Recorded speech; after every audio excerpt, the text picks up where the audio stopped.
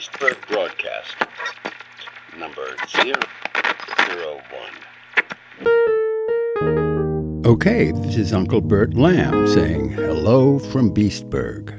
We're broadcasting from planet Darkstar today to your planet Earth. We want to thank you for sending Earth songs to us in musical notation format and for making them show up as screensavers on our idle computers. This Darkstar Journal show is a sort of return gift from our little group. This Wednesday, the Jackster Board, or at least those of us still in town as the summer peaks, were to hold a special meeting at the archive with some extra invitees in attendance. We were to meet in my Studio 9 office on the dot of 8 p.m. The weather had been unbearably hot all day, and as evening came on, dark clouds filled the sky, and the wind came up. Acrylic with some vegetables Rosabella brought from our garden, and with Ellie helping cook, made us all an early supper. Professor Hat and Amanda Rabbit joined us, walking over from Wharf House, where they had been preparing this year's magic show. And after supper, when the thunder and lightning finally began, they wanted to come up to the cupola with me, to witness it from our highest point. Amanda stood outside on the archive roof in the slashing rain, letting the wind blow her about and having what she called the full experience. Just before 8, we climbed downstairs and gathered quickly around my big table with Mrs. Persian sitting at the head. At the stroke of 8, she said, "Meeting open. Jenny Chinchilla will be our secretary tonight since baby Lambkin is not available. Who called this special meeting?" "Let's say I did," said Agnes. "Einstadt Chimp was supposed to be here and do it, as it's his business." "All right," said Mrs. P. "Jenny, start with apologies." "Jack and Jilly Rabbit are sorry they couldn't make it," said Jenny. "They flew to Overpond this morning to pick up Grandma Mouse and bring her back. The Jackster chief accountant, Eddie Cockroach, is representing them tonight. Also, Ella Pussycat couldn't make it, but Don Owl is expected shortly." "All right," said Mrs. P. "I've asked Ellie Ram and Acrylic to be at this board meeting in case there are questions they can answer about Ellie's robot, Arnett. If Rosabella Lamb would like to come up from your office and join us, Acrylic, you can call down and invite her." "She's fine," said Acrylic. Don Owl knocked on the door and came walking on mock tiptoes straight from the King's Wag Theatre, where his new musical, Dixie, is in rehearsal. Amanda patted the chair next to her, and Don sat down. "Einstadt has been delayed," Mrs. P. told him. "Something to do with Arnett needing to be recharged." "Okay," said Agnes. "You have all seen the basic proposal, but there's been a fundamental change. As you have read, Einstadt wants permission to create 2 prototypes for Jackster, a digital talking assistant in a sort of lighthouse-shaped speaker pod, and also a fully functional robot. These are both to be based on ethical principles, meaning they will not mine for personal information or try to make money on the side." "The question is," said Mrs. P., "why are we having this special meeting?" "After talking to me and Jack about it," said Agnes, "Einstadt has agreed with us that our first project should be to create an upgrade on older models of the 2 most successful personal robots, the Arnold and the Alien. We'd like to get this settled now. This way, rather than cluttering up the world with more metal objects, we will just strip out the corporate controls on second-hand existing robots, which are easily available, and turn them into something fundamentally more advanced." "How could anyone tell that we had altered these older branded robots?" asked Don. "How will they know it's ours?" "Here's a visual of Einstadt's proposal," Agnes said. "The current idea is to give them each a large, round chest decal featuring the letter J for Jackster. The faces remain the same as the originals for the male version, but the female version gets long eyelashes and mouths with a lipstick effect.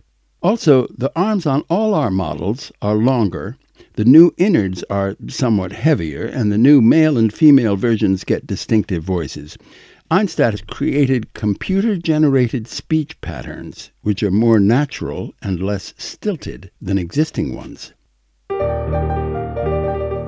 Outside, the wind picked up and sleet began pelting at the window beside our table. It was getting hard to concentrate. The temperature dropped and the room was suddenly darker. "Furs top," Amanda said. "Turn on the long table lights." The light suddenly came on above us. Mrs. P. looked at her paperwork. "There is nowhere in this proposal that says how we might produce these prototypes with our existing factory resources." "The Brain Lab and the Jackhammer Division have the resources," said Agnes, "and they both have spare capacity at the moment. That's part of why we want to get this started right away. So far, Einstat has been developing these concepts with his anthill and his own team down below the archive, here under the multi-story. He wants a special allocation of 200,000 ducats to create enough prototypes for a launch and permission to coordinate the 3 teams. "What is your own opinion, Agnes?" asked Mrs. Persian. "I'm in favor of it. We've all used Einstat's Jackster talking computer system, Furs Top, and everyone likes it better than the ones out in the world." Professor Hatt raised his hand and spoke. "Is there some hidden agenda here I'm not aware of? Direct question." Agnes responded, "Yes, I'm afraid so. Einstat is obsessed with creating his own robot, and this is our way of taking that off the table. We really don't want to launch a Jackster robot." Just then we heard the elevator come to a stop on our floor.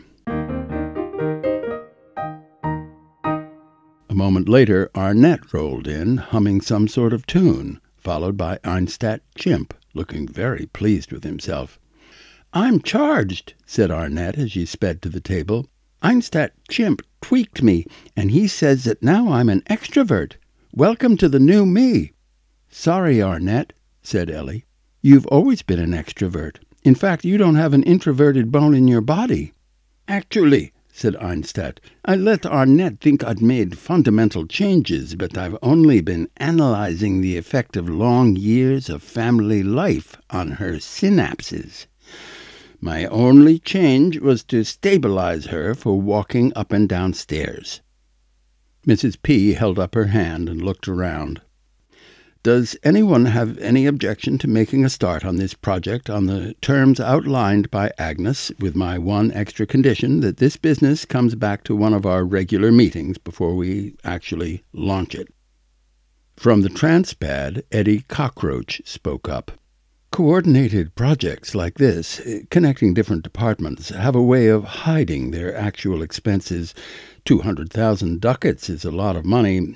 I'd like weekly financial reports from this project to be sent to me in Jack's office from Einstat's team." "Fine," smiled Einstat with a little bow. "I think the whole thing's stupid." Amanda Rabbit broke in. "Buying up all those second-hand robots is going to be noticed, and the price on individual robots will quickly go up. Anyway, there's only so many second-hand robots out there. After that, the scheme has no future. My proposal is we give Einstat half the money, 100,000 ducats, and he can launch as many robots as he can make with that, and then he comes back to the Jackster Board, and we'll decide what to do next." "Good," said Mrs. Persian. "I'll add that to the proposal. All in favor of tonight's proposal with Amanda's amendment, raise your hand." Every board member voted with Amanda. "All right," said Mrs. P. "Then it's decided. Do you have anything pressing that you want to add, Einstat?" "The whole 200,000 ducats is needed right now," he said. "You'll just have to make this work," said Mrs. P. Meeting closed.